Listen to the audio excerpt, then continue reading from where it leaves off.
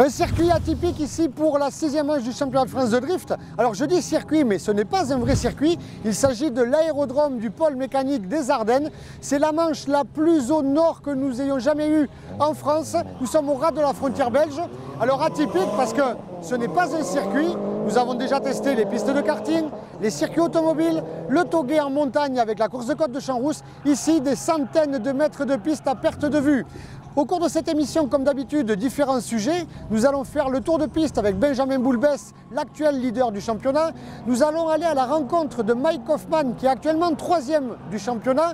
Nous allons parler de technique en drift, bien évidemment, avec un élément incontournable qui est l'amortisseur. Nous allons parler des qualifications, nous allons parler des battles. Mais avant ça, que s'est-il passé lors de l'épreuve numéro 5? C'était à Champs-Rousse, en pleine montagne, au mois d'août. Rétrospective.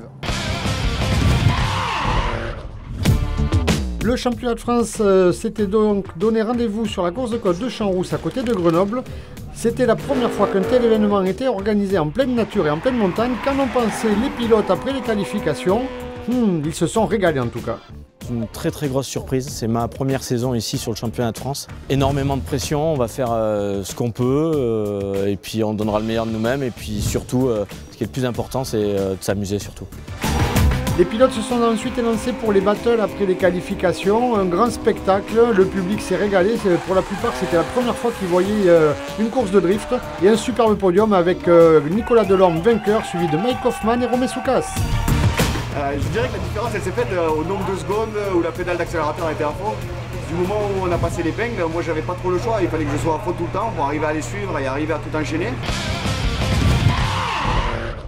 Il est temps de faire connaissance avec l'actuel 3e. Vous le reconnaîtrez facilement au volant de sa voiture, célèbre justement avec ce volant blanc atypique, préparé par le Street Racing Garage, une PS13 conduite à droite. Je vous présente Mike Hoffman. C'est parti! Si pour la majorité des pilotes, ce déplacement dans les Ardennes était synonyme de voyage au bout du monde, pour Mike Hoffman en revanche, c'est presque comme rouler à domicile. Ce Nancéen de 24 ans est l'un des pilotes phares du championnat de France de drift sur lequel il court depuis 3 ans. Passionné de glisse, il a trouvé sa place dans le paddock et sa voie sportive dans son baquet. Moi je suis ami avec tout le monde, que ce soit BM, JAP, franchement on s'apprécie tous. Après voilà, j'ai des bonnes relations avec certains. Autant on prend du risque, on a du stress, mais autant c'est du plaisir parce que rouler avec des gens comme ça c'est vraiment du bonheur. La sensation de glisse c'est vraiment un truc qu'on ne retrouve pas ailleurs. C'est un plaisir voilà, d'entendre la mécanique qui marche et prendre des risques. Franchement c'est un pur kiff. Un pur kiff qu'il vit au volant d'une Nissan PS13.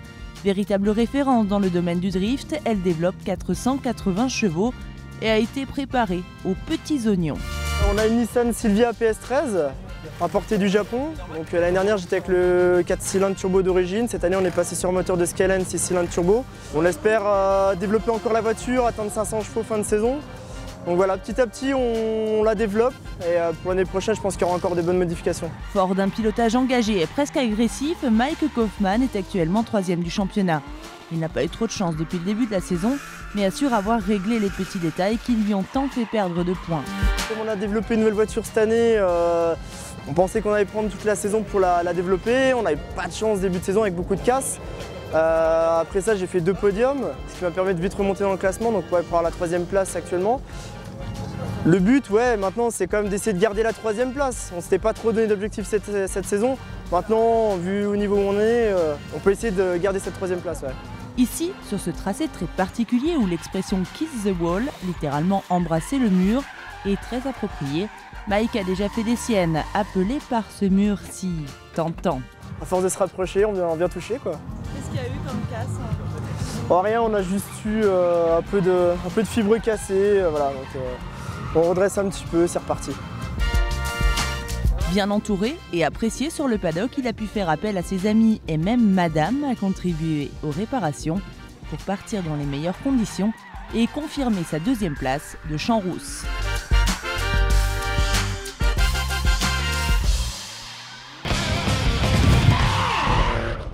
Aujourd'hui, dans le dossier technique de drift, nous allons parler de quelque chose de très important, de cette pièce, de l'amortisseur. Alors, il n'y a pas que la technique de pilotage, il n'y a pas que le moteur. Les drifters sont très familiers avec cet engin. Nous allons aller à la rencontre de certains d'entre eux pour qu'ils nous dévoilent certains secrets concernant le setup, le réglage de leur machine.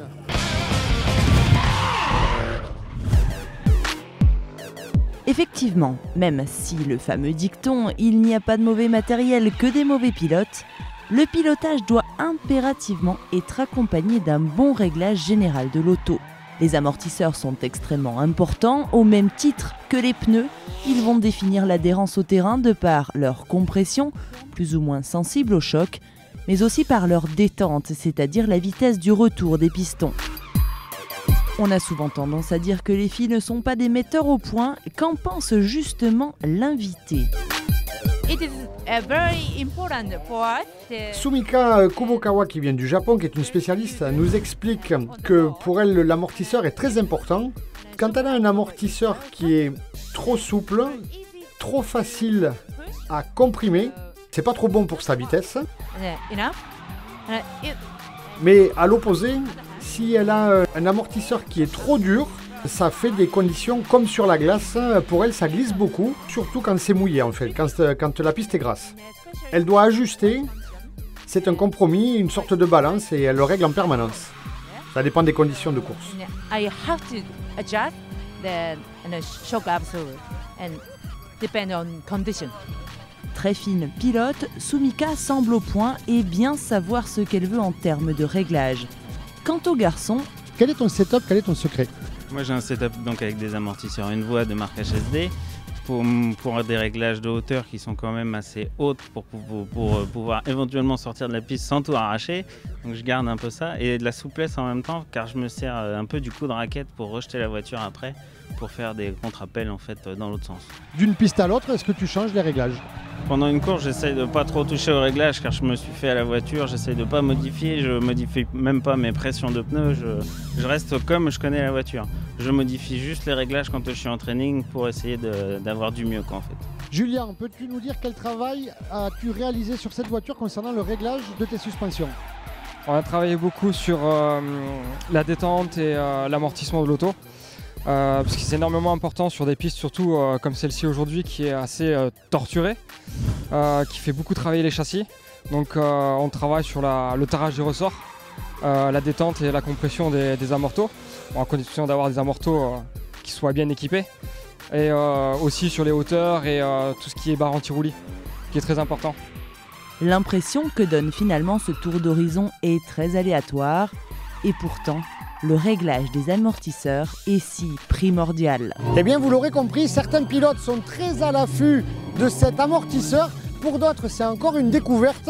Sachez que c'est ici que ça se passe sur le train avant. On peut agir sur le ressort, on peut modifier les tarages. Grosso modo, entre 8 et 12 kg en drift normalement utilisé. Ensuite, on peut modifier la hauteur de caisse. Ça va jouer sur l'équilibre de la voiture. Dans certains cas, uniquement sur la compression avec une vis qui est sur le dessus de l'amortisseur. Et dans d'autres cas, comme sur cet amortisseur, on a aussi une deuxième voie pour régler la détente. Alors, ça devient de plus en plus pointu, de plus en plus compliqué. Eh bien oui, c'est ça le haut niveau, ça se professionnalise. Et notre partenaire BC Racing ne s'y est pas trompé, c'est pour ça qu'il met en jeu sur chaque épreuve cet amortisseur avec la dotation qui va avec. Pour les chanceux qui nous regardent, vous allez partir pour un tour de piste avec Benjamin Boulbès, l'actuel leader du championnat de France de drift. Benjamin, est-ce que tu es prêt à dévoiler aux spectateurs tes secrets en caméra embarquée? Sans problème, et comme on dit chez moi, je vous embarque, godasse. C'est parti, godasse, on va voir.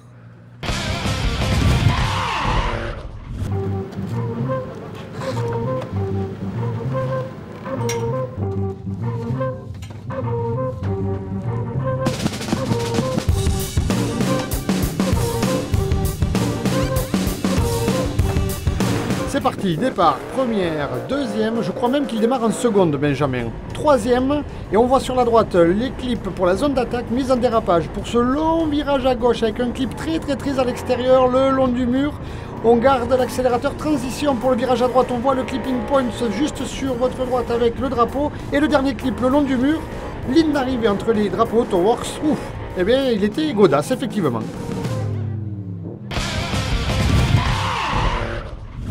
Les pilotes sont fin prêts, ils ont pu s'entraîner pendant de longs moments pour l'épreuve des qualifications. Alors c'est très important, mine de rien, ces qualifications, parce que le poleman, le vainqueur, prend 20 points pour le championnat, c'est non négligeable. Et puis surtout, les meilleurs affrontent les moins bons.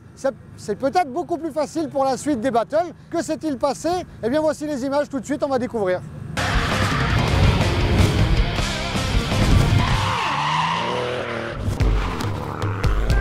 Les pilotes qui se lancent donc pour les qualifications, un warm-up, c'est un tour de chauffe, 3 tours qualif, ils ont bien suivi les conseils des juges Sébastien Lombard, Franck Blanchard et Graziano De Finis qui s'occupent de la télémétrie. Et qu'en pense Ludovic Ligné Soumika? Ludovic, est-ce que tu peux nous expliquer pourquoi tu organises cet événement ici? On voulait vraiment inviter quelqu'un du Japon pour représenter toutes ces valeurs et la représentante emblématique du drift et de ces valeurs-là japonaises, c'est Soumika qui était déjà venue sur un événement en 2008 à l'Auto Wars Festival. Soumika, thank you for coming here. What do you think about French drifters and French public? Everyone is very gentle. Oui, le public est vraiment très gentil avec moi, s'occupe bien de moi. And, et le public japonais est similaire au public français. C'est très bien. And very good. Ça sera finalement Benjamin Boulbès encore qui s'accapare la pole position avec un superbe score de 94 points. Qu'en pense Benjamin? Non, loin d'être facile. Un revêtement vraiment différent de ce qu'on a l'habitude de pratiquer. Des clippings assez difficiles à aller chercher, surtout le troisième qui était posé tout simplement sur mur en béton. Les résultats sous vos yeux avec Benjamin Boulbès premier, suivi de Mike Kaufman, Jérémy Germain qui fait une incroyable performance.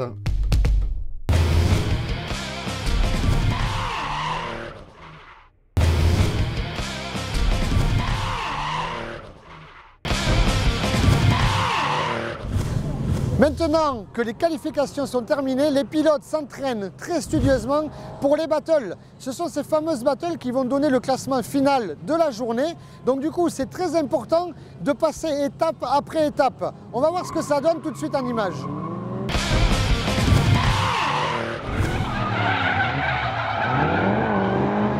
Allez, on se retrouve directement pour le top 16 avec Benjamin Boulbès contre David Meunier. David qui fait un superbe premier run en suivant parfaitement bien Benjamin et un score de 5-5. Mais sur la manche retour, David fait une erreur, une grosse erreur avec ce tête à queue et Benjamin gagne 10-0. Raphaël Zanato sur la Ford Mustang qui a failli partir à la faute sur ce premier run contre la BMW Orange de Laurent Russell. Du coup, les erreurs des uns compensent les erreurs des autres et c'est un score 5-5 sur ce premier run. Tout reste à jouer. Raphaël Zanato qui met la pression à Laurent Russell, la Mustang qui colle la BMW, il pousse à la faute peut-être, et oui, Laurent tape le mur, il est éliminé. Nicolas Monnoir qui poursuit Romain Soukas dans la BMW grise, une grosse faute avec ce tête à queue de Nicolas qui lui coûte 10-0, ça fait mal. Nicolas Soukas qui fait lui aussi une grosse erreur, ça va lui coûter 10-0, du coup les juges vont demander un one more time et à la fin, ça sera Nicolas Soukas qui sera qualifié pour le tour suivant. Julien Joseph à la poursuite de Soumika Kubokawa sur la PS13 Autoworks Magazine. Julien qui a fait une petite erreur à l'inscription. Voilà, alors ça sera un score de 6-4 sur la manche retour. Le score sera à nouveau de 6-4, ça sera un one more time. Et à la fin de ce one more time, ce sera Soumika qui sera qualifié avec vraiment une superbe battle. Jérémy Germain et Sébastien Blanchet qui nous ont offert vraiment un super spectacle avec cette première manche ponctuée par un 5-5 de la part des juges. Sur la manche retour, quand Sébastien Blanchet est leader, Jérémy Germain fait le bon boulot aussi, 5-5. Ça sera donc un one more time et à la fin de ce one more time, ce sera Sébastien Blanchet qui sera qualifié. Bravo messieurs, c'était grandiose. Yvon Buisson, leader dans la BMW Noire, opposé à Laurent Cousin dans la BMW Orange. Ce sera un score de 6-4. Magnifique spectacle, oh là là, au ras du mur. Alors du coup, maintenant, on inverse les positions. Ce sera aussi un score de 6-4, cette fois en faveur de Laurent Cousin. Les juges demandent one more time et à l'issue du one more time, c'est Laurent Cousin qui passe. Alors le one more time, on l'a sous les yeux. Yvon Buisson est leader, Laurent Cousin fait parfaitement le job en étant derrière, une meilleure ligne de Laurent Cousin à l'extérieur. Yvon Buisson qui s'accroche, Yvon Buisson qui continue, il est mené 7-3, il va perdre 4-6, oulala, au ras du mur. Notre ami Peter Van Oerik, le Belge sur la BMW jaune qui joue à domicile quasiment, il est opposé à Jocelyn Janin avec la BMW 21.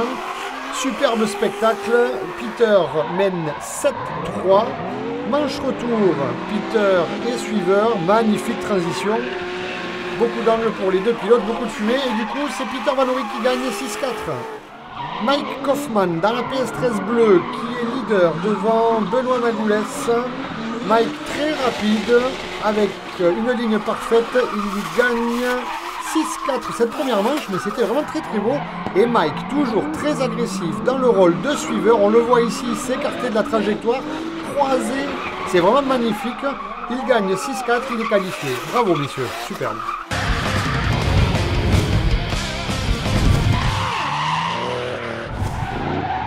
Benjamin Boulbès dans la BMW qui fait une grosse erreur ici.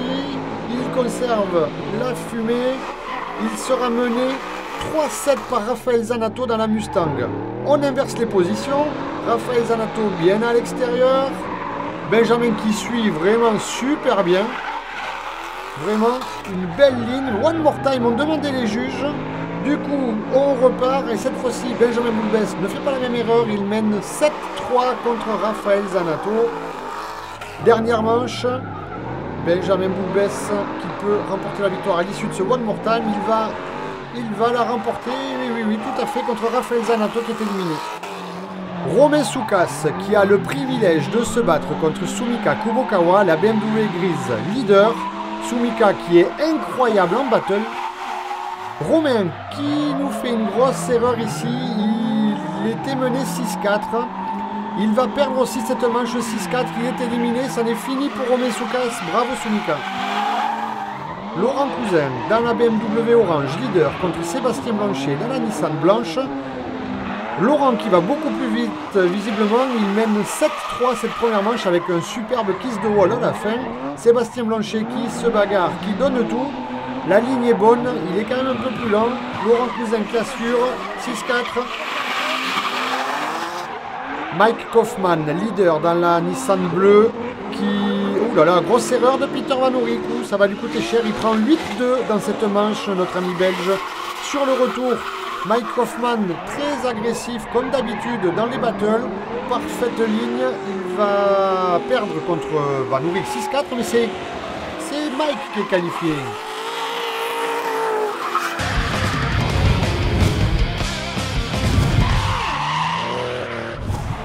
Mike Kaufmann opposé à Laurent Cousin, c'est une place en finale qui se joue.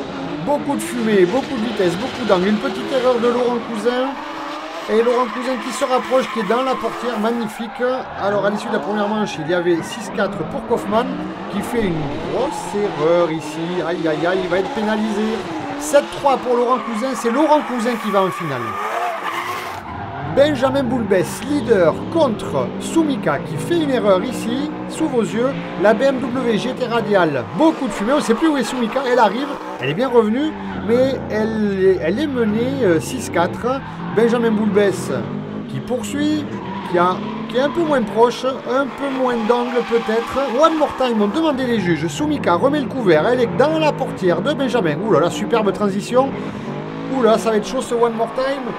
Le score est toujours de 6-4 pour Sumika. Benjamin qui s'accroche, il veut rien lâcher, c'est une place en finale. Ah, ça va être compliqué pour les juges. 6-4 à nouveau. Donc, mort subite. Sumika qui s'accroche pour cette mort subite. Le vainqueur de cette manche ira directement en finale. Sumika, oh là là, elle est très très près. Benjamin qui a une bonne ligne et c'est Sumika qui passe. Un seul petit point. Bravo.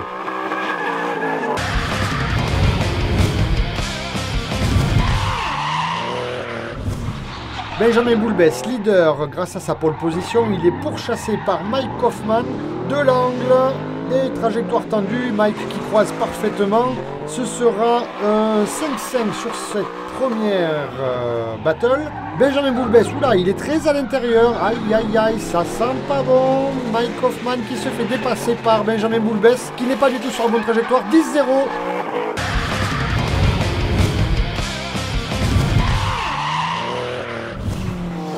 Kubokawa, Sumika, leader devant Laurent Cousin, belle ligne, ça va être compliqué cette finale, mais par contre on est sûr qu'il va y avoir du spectacle.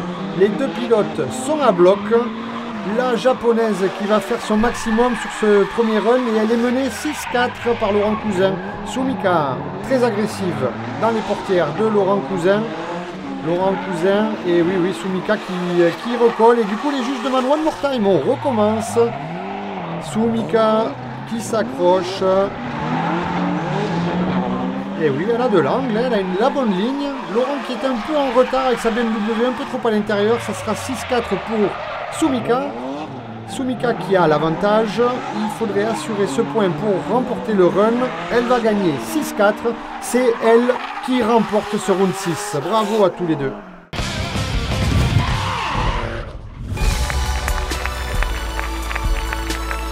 Alors les drifters français qui ont dédié ce podium à notre ami Mumu, célèbre drifter français décédé récemment. Une pensée pour lui et Sumika qui reçoit ce chèque de 500 € de la part de notre partenaire BC Racing. Laurent Cousin 2e, Mike Hoffman 3e et Benjamin Boulbès 4e au pied du podium. Laurent Cousin qui a essayé d'embrasser Sumika quand même, un souvenir. Bravo, c'était un superbe round.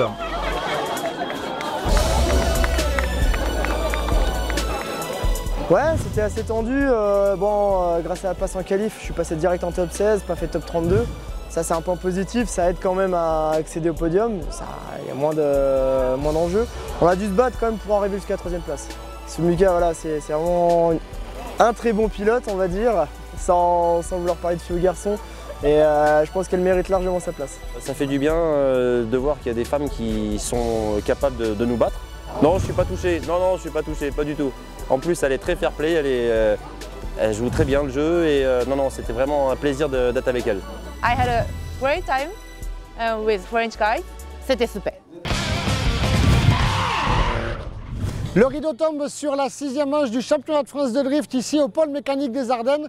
Encore un magnifique spectacle. Je tiens à remercier toute mon équipe qui se trouve derrière moi pour ce superbe boulot. Et tous ensemble, on vous dit rendez-vous pour la finale!